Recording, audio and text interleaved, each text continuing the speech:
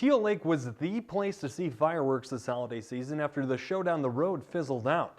The company responsible for the Marquette 4th of July fireworks display has offered both an apology and refund for the abrupt and early ending to this year's show.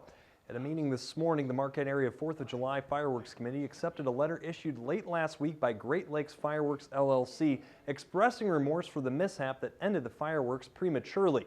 Officials say the problem arose when a dislodged device tipped over, burning a main cable and cutting off communication to the majority of the shells.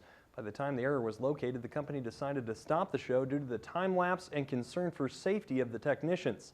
In the letter, Great Lakes Fireworks co-owner Bruce Tyree also offered to waive any change for the fireworks that were deployed at the event and refund $20,000 of the $25,000 to the committee.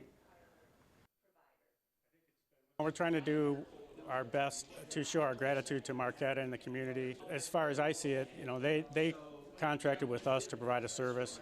We didn't provide that service, so I don't see how I could charge the committee or the community for a service that we didn't provide. I think we would have preferred to have the show, but let's move forward with it. Let's take it, let's build on it, and move forward. We will use that money to begin building. We always plan, and this year we said we wanted to raise 50, of which 20 would be used for the 2015 season.